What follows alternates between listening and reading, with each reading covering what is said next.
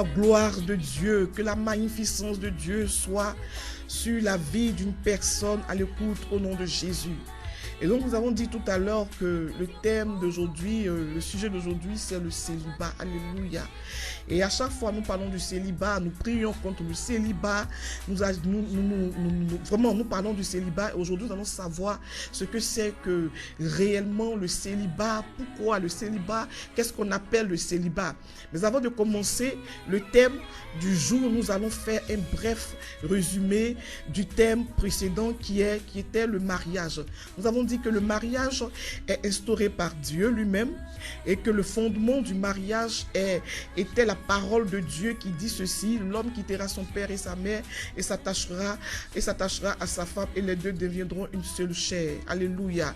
Nous avons dit que l'homme devait avoir les moyens avant de se marier, que la femme n'est pas celle qui marie, elle doit rester dans la présence de Dieu, dans la prière, dans le jeûne, avant que Dieu ne la présente à son mari. C'est-à-dire la femme doit être préparée de Dieu, elle doit être vraiment conduite par Dieu, formée par Dieu, restaurée par Dieu, mise à part par Dieu avant que Dieu ne la présente à son mari.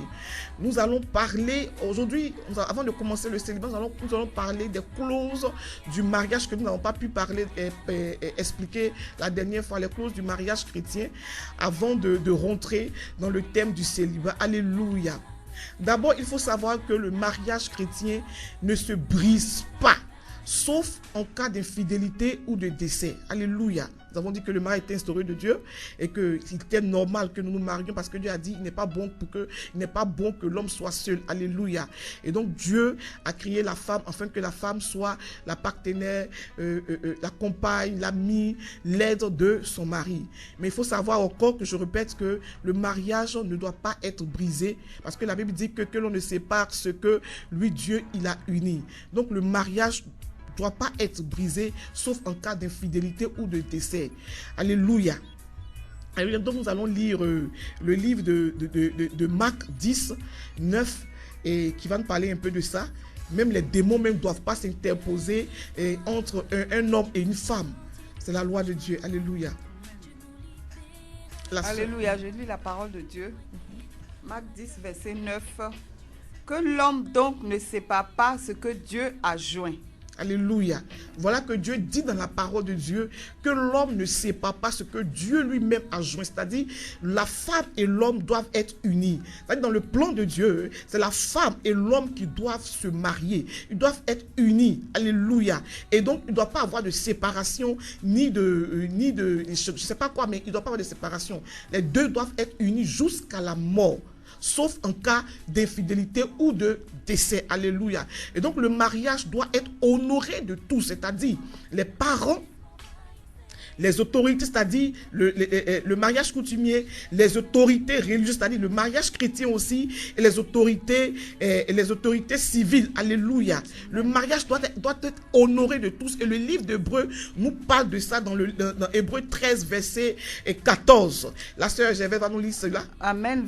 Hébreux 13, verset 4.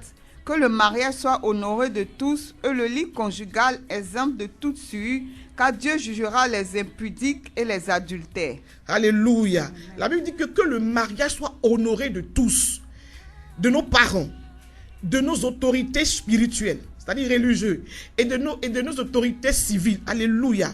Et que le lit conjugal soit exempt de souillure, c'est-à-dire d'infidélité. Alléluia. Donc, le mariage doit être suivi, conduit par le Seigneur comme ça. Nous devons, parce que souvent nous voyons des personnes qui se marient et qui restent au stade du mariage coutumier et qui vivent ensemble et tout ça. Dieu a dit, nous devons honorer, le mariage doit être honoré de tous. Et donc nous allons prendre le livre de Romains 13, verset 2. Romains 13, verset 2.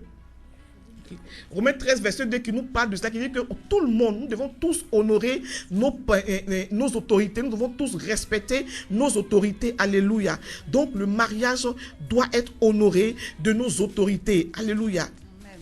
Alléluia. Je lis la parole de Dieu. Romains 13, verset 2. C'est pourquoi celui qui s'oppose à l'autorité résiste à l'ordre que Dieu a établi. Et ceux qui résistent attireront une condamnation sur eux-mêmes. Alléluia. Amen. Et donc, nous voyons que le mariage civil aussi est très important. C'est l'ordre divin. C'est Dieu qui a dit. Il dit, celui qui résiste à ça se condamne lui-même. Alléluia. Et donc, ma soeur, mon frère, si tu es encore dans le mariage coutumier, je te dis, prépare-toi à aller jusqu'au mariage civil. Parce que non seulement le mariage civil, c'est Dieu qui le demande. Et en plus, ça te couvre, ça te protège, ça protège la femme.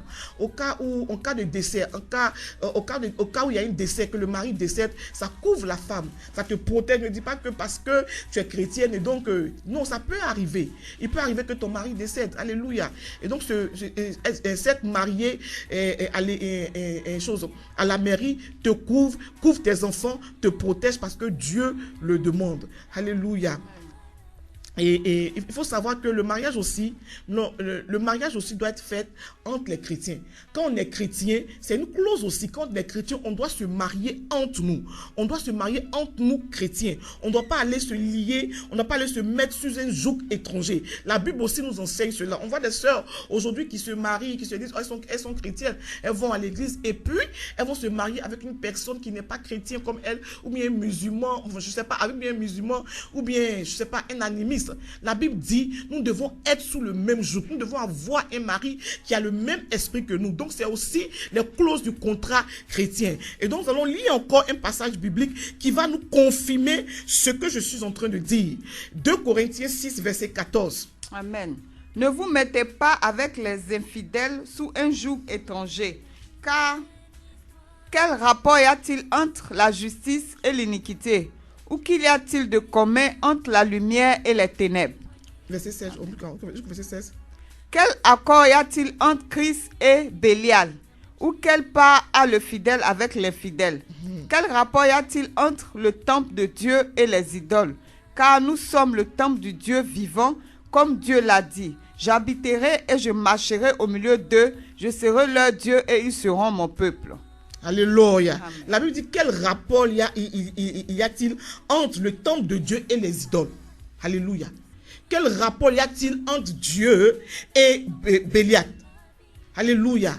Nous sommes le temple de Dieu. Dieu marche au milieu de nous. Et donc, nous devons être unis entre nous. On ne peut pas aller se mettre sous un autre joug. En tant que chrétienne ou chrétien, tu dois marier une personne qui a le même esprit que toi, qui a le même Dieu que toi, parce que ton corps est le temple de Dieu. Alléluia. Parce que si tu vas avec une personne qui n'a pas le même Dieu que toi, qui ne prie pas le même Dieu que toi, vous devenez, c'est-à-dire que tu es sous un autre joug. Alléluia. Et nous savons que l'homme est le maître du foyer. Et donc l'homme peut te dire de faire autre chose que toi, ton Dieu t'interdit de faire.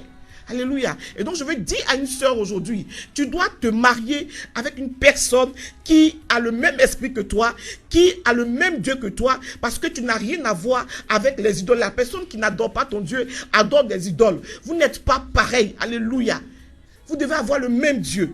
Alléluia. Et donc une sœur, si tu m'entends ce soir et que tu as peut-être un fiancé ou bien une personne qui te drague, qui n'est pas chrétien, et que tu te dis en toi-même que tu vas l'épouser et puis avec lui aller à l'église, c'est pas ce que la Bible nous dit. La Bible nous dit, cette femme qui est mariée, une femme qui est mariée déjà avec un païen, qui ne connaît pas Dieu dans le passé, et que pendant qu'elle est dans le foyer, qu'elle fait la connaissance, elle donne sa vie au Seigneur Jésus-Christ de Nazareth, cette femme-là peut demeurer avec son mari si elle le veut.